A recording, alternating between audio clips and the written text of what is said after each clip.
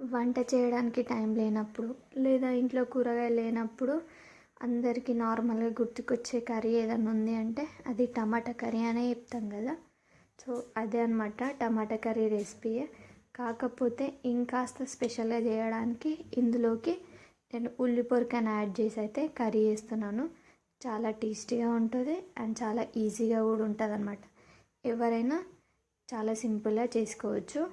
మీరు కావాలంటే ప్రాసెస్ అంతా క్లారిటీగా కనిపిస్తుంది కదా, సో అలా చూసి చేసుకోండి. మరీ నేనంత షెఫ్నేం కాదనమాట వంట చేయడానికి. ఏదో నార్మల్గా నాకు తెలిసినట్టు మాత్రమే నేను కుక్ చేస్తాను. పర్లేదు, చాలా మంచిగానే చేస్తాను అనుకుంటా. కానీ ఓకే అనమాట. మీకు కావాలనుకుంటే ఒకసారి ఈ ప్రాసెస్లో ట్రై చేసి చూడండి, ఎలా వచ్చిందో ఖచ్చితంగా కామెంట్ చేయండి.